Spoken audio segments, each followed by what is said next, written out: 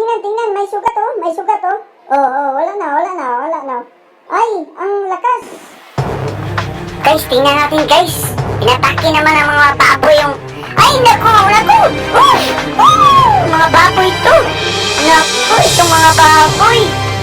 Ay, naku, ubos ang kamote. Ay, tingnan natin guys. Naku, oh, may isa pa oh. Oh, ang tapang mo. Ay, naku. Naku mga guys, pati mga baboy, alam nila kung paano magpatampi sa mga pulis. Ay, wala nang natira.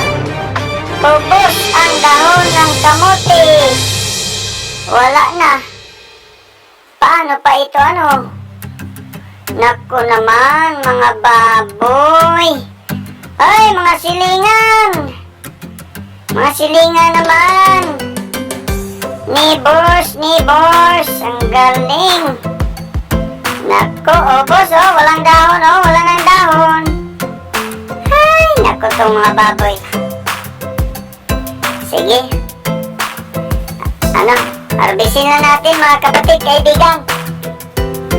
Harbisin, oh, may maliliit pa oh, pero sige lang oh. Ayan. Sige. Ito na.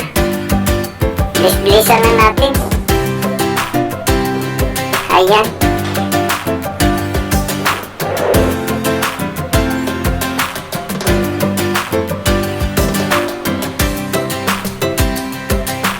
Sige lang, taniman natin to pagkatapos ng ano.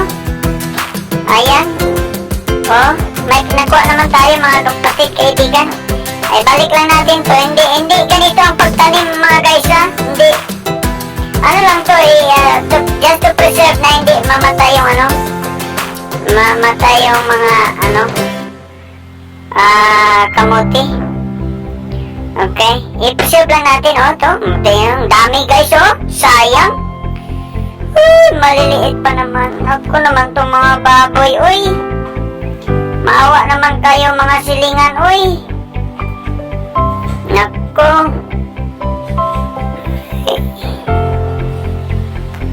Sige guys. Ito guys, i-preserve dito. Again guys hindi ito ang ano, paraan ng ano, pagtanim ng kamote guys. So just preserve guys, para hindi siya mamatay guys. Oh, ito, ang dami pa guys. Ito, pulutin natin guys.